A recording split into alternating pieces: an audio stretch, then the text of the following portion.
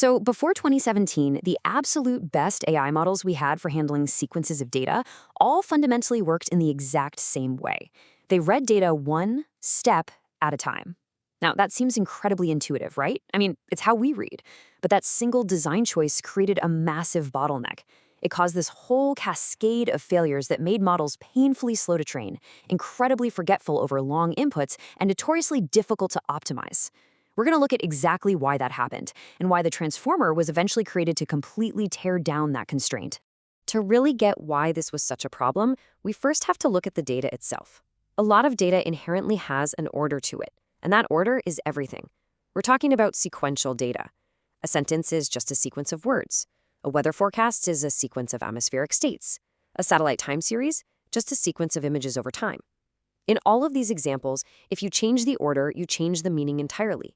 Think about it. The sentence, "the dog bit the man," means something completely different than "the man bit the dog." To handle this kind of sequential data, the classic task in machine learning is called sequence to sequence. This is exactly what it sounds like, taking an input sequence and mapping it to an output sequence. But what's crucial to understand here is that the input and the output can actually be entirely different lengths.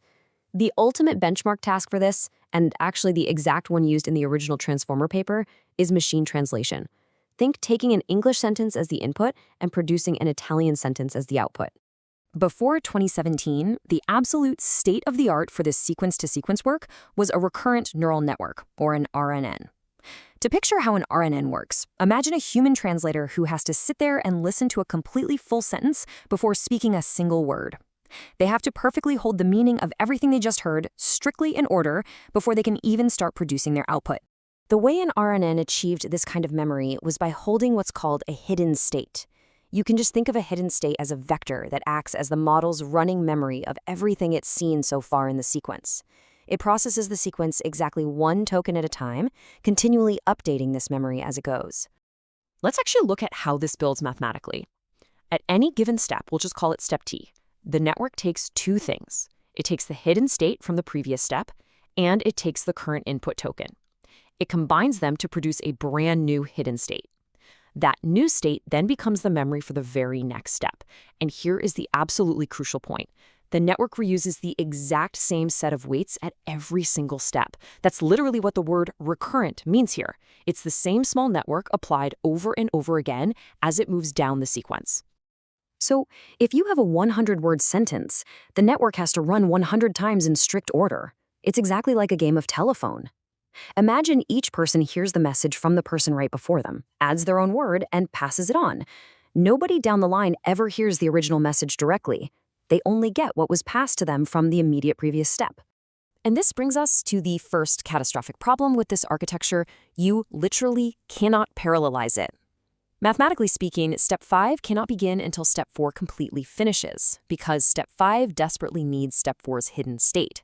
This isn't just some software glitch that clever engineering can patch up. No, it is entirely baked into the architecture itself. Now, modern GPUs are incredibly fast, specifically because they can do thousands of operations simultaneously. But an RNN forces this powerful hardware to just sit idle, waiting in line. And the longer your sequence, the worse this gets. A recurrent layer requires sequential operations that are proportional to the sequence length. Contrast that with a self-attention layer, which we'll see more of, which takes a constant number of operations. In fact, this speed bottleneck is the single biggest practical reason the transformer completely replaced the RNN. Just to put that into perspective, the original transformer base model reached state-of-the-art translation quality after just 12 hours of training on GPUs. That's a tiny fraction of the time competing recurrent systems required. But okay, beyond just speed, we have a massive optimization problem. Neural networks learn through something called backpropagation. This means the error at the very end of the network is traced backward through every operation, and each weight gets nudged based on its contribution to that error. In an RNN, going backward means going backward through every single time step. So we have to multiply a lot of terms together. If the numbers involved in that multiplication are slightly less than 1, the product rapidly shrinks towards 0. We call this the vanishing gradient. Just to show you how aggressive this compounding math really is, if you take 0.9 and multiply it by itself 50 times, representing a 50-word sentence, you end up with about 0.005. That means the learning signal reaching those earliest words is effectively nothing. Those weights barely update at all, and the model essentially just stops learning from the early parts of the sequence. And this brilliantly illustrates the exact inverse mathematical problem too, the exploding gradient.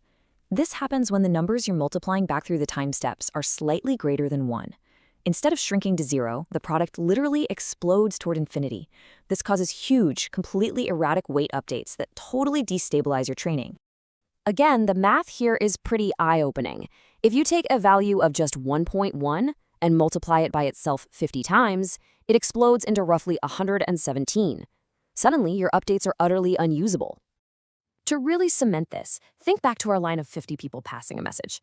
Because of vanishing and exploding gradients, by the time that message reaches the front of the line, one of two things has happened. Either it's faded to an absolute whisper that nobody can even hear, that's your vanishing gradient, or it's been shouted slightly louder at every single step until it is just pure deafening noise. That's the exploding gradient. So these first two problems, the lack of parallelization and the unstable gradients, lead directly to the ultimate failure of RNNs, an inability to handle long-range dependencies. These are the relationships between distant elements in a sequence. To see this in action, imagine a sentence reading, "The satellite that was launched in 1972 and operated for nearly a decade before being decommissioned was the first of its kind." To correctly choose the word "was" near the end, the model has to connect it back to the word satellite, located 12 words earlier. In an RNN, the information about the word satellite has to somehow survive 12 full rounds of being compressed into and out of a fixed-size hidden state. Every single step mixes in new information, diluting the old. And because the learning signal vanishes over that distance, the model just never gets a strong enough gradient to learn that connection. We frame this problem using a concept called path length, which is simply how many computational steps separate two positions in a sequence. As you can probably guess, the shorter the path, the easier it is for the model to learn the dependency. When we actually compare the architectures side by side, the deepest reason attention wins, beyond just raw speed, becomes incredibly clear. In recurrent networks, the path length grows linearly with the distance between words. Connecting word 1 to word 50 takes 50 steps. But in self-attention, any two positions are connected in a constant single step. The path length is exactly 1, no matter how far apart the words are. It's a real game changer. Now, of course, researchers didn't just jump straight from vanilla RNNs to transformers overnight. There were several prior fixes that acted as band-aids. LSTMs in 1997 and GRUs in 2014 introduced gating mechanisms. Think of these as small learned switches that decided what to keep, forget, and output at each step. This definitely improved memory and let gradients flow farther back. To fix the exploding gradients, they used gradient clipping, which just capped the gradient norm at a threshold. And interestingly enough, attention was actually introduced back in 2014 as an add-on.